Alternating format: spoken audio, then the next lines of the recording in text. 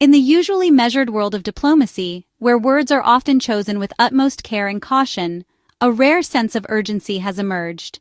NATO's new Secretary-General Mark Rutte has sounded a clear and urgent alarm, one that cuts through the usual diplomatic restraint and demands immediate attention from leaders across the globe. Speaking in Berlin, Rutte named Russia and China as the two greatest threats facing the alliance, threats that are immediate, coordinated, and deeply intertwined. He emphasized that these are not distant dangers but present realities shaping the security environment right now. He warned that the era of assuming peace is over. Complacency is no longer an option. The world, he argued, has entered a new phase where vigilance and preparation are essential for survival. Rutte described a strategic pincer movement, Moscow and Beijing acting together not as isolated dangers, but as a single overarching challenge to Europe's security. Their partnership, he warned, is more than symbolic. It is a calculated alignment of interests and capabilities. The military buildups in both countries are not for show. New ships, advanced missiles, and cutting-edge technologies are being deployed at a pace not seen in decades. Their growing nuclear arsenals are meant for use, not display. The intent is clear: to project power and deter any opposition, fundamentally altering the balance of power. This marks a fundamental shift in the global security landscape, demanding NATO move from a reactive stance to proactive deterrence. The alliance must anticipate threats, not merely respond to them. Rutte's directness signals the end of the post-Cold War era. The world order that once seemed stable is now in flux, and the rules of engagement are being rewritten. The threats are no longer ambiguous. They have names, faces, and military doctrines. Their strategies are documented, their ambitions declared openly.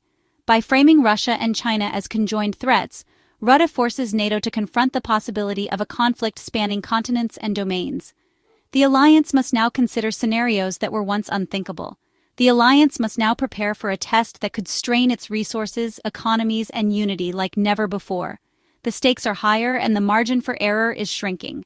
Political will, economic stability, and military readiness will all be tested to the limit. Every member nation will have to make difficult choices. Rutte's message is a call to action. NATO must see the world as it is, not as it wishes it to be. The time for wishful thinking is over. The warning is clear. The time to prepare is now. Delay could prove disastrous, and the cost of inaction may be far greater than any sacrifice made today. The world stands on a precipice, and the response of NATO will shape the future. The choices made in the coming months and years will echo for generations. The gravity of Rutte's words cannot be overstated. His warning is not just for NATO, but for all who value peace and stability. The question is no longer if, but how the alliance will respond. The world is watching, and history will judge the actions taken now. Rutte's most chilling warning painted a scenario that keeps military planners awake at night, a vision that feels closer to reality with every passing year. If China invades Taiwan, it may not act alone. Russia could seize the moment to launch a coordinated assault on Europe, forcing NATO to fight on two fronts at once, a situation for which few are truly prepared. This would stretch NATO's resources to the breaking point, creating an unprecedented dilemma for the US and its allies, who would be forced to make impossible choices about where to send troops, equipment, and aid. As US forces rush to defend Taiwan, Russian tanks could roll into Eastern Europe, exploiting the West's divided attention and testing the resolve of NATO's eastern members. The two-front war would expose the limits of military assets. Jets, ships, and intelligence can't be everywhere at once, and the strain on logistics and coordination would be immense. Rutte's scenario is grounded in the deepening partnership between Moscow and Beijing, united in their goal to upend the US-led order and challenge Western dominance on a global scale. For China, a Russian diversion in Europe increases the odds of a swift takeover of Taiwan. For Russia, it's a chance to reclaim influence in Eastern Europe and test the unity of the West. The global consequences would be catastrophic: supply chains shattered, energy markets in chaos, and nations forced to choose sides in a conflict that could reshape the world order for decades. Rutte's warning is clear: the security of Europe and the Indo-Pacific are now inseparable, and what happens in one region will inevitably impact the other. An attack on Taiwan would trigger a crisis on Europe's doorstep, forcing leaders to confront the reality of a truly global conflict. The world must recognize that these threats are linked and prepare accordingly, building new alliances and strategies to face this unprecedented challenge. the nightmare scenario is no longer unthinkable. It is a possibility that demands urgent attention and action. NATO must be ready for a war that could span continents, testing the alliance's strength, unity, and resolve like never before.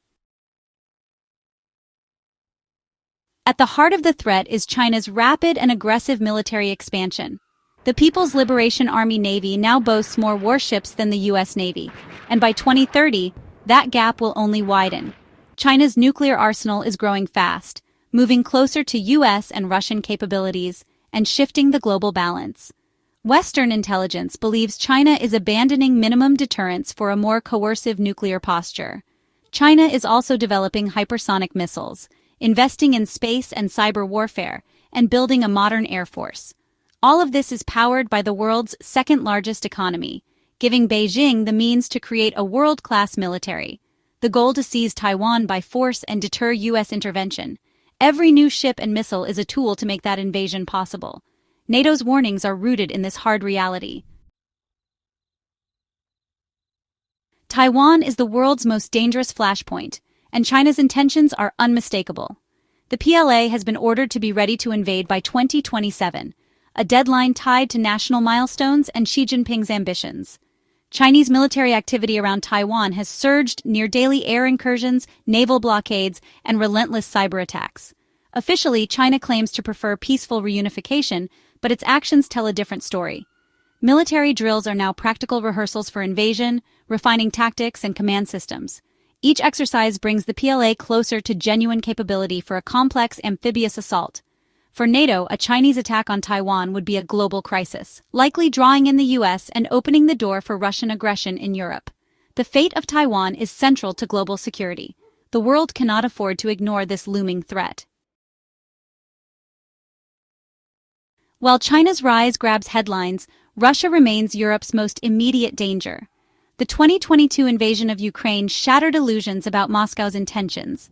NATO intelligence warns Russia could be ready to attack NATO territory within 3 to 7 years. Rutte's message, 3 years is today, 5 is next week. There's no time to waste. Russia is rebuilding its military, adapting its economy and society for long-term confrontation. The Kremlin's war footing gives it an edge over democracies with divided priorities. The Baltic states are especially vulnerable. An attack would trigger NATO's collective defense. The threat is real, the clock is ticking, and NATO must act now. Russia is not isolated. It's backed by a growing axis of autocratic states. North Korea supplies artillery and missiles, fueling Russia's war in Ukraine in exchange for food, fuel, and technology. Iran provides drones, while China supplies critical components and dual-use goods, helping Russia bypass sanctions. This network makes Russia more resilient and dangerous, complicating NATO's response. China's support is indispensable, keeping Russia's defense industry running. The Ukraine war is part of a broader global struggle between competing visions of world order. NATO faces not just Russia, but a coalition determined to challenge the West. NATO is transforming in response to these threats. Years of neglect are over. Member states are scrambling to rearm and fortify their defenses. New bunkers and obstacles are rising along the eastern flank, a return to Cold War-style forward defense. NATO is overhauling command structures and war plans, assigning specific forces to defend key territories. Troops are held at high readiness, ready to deploy within days. Large-scale exercises test these new plans, signaling unity and resolve. The era of complacency is over. NATO is racing to rebuild its strength. This new era demands massive investment in defense. The 2% GDP spending target is now a floor, not a ceiling, with some nations pushing for even higher levels. Increased funding is needed to modernize equipment, replenish stockpiles, and invest in next-generation technology.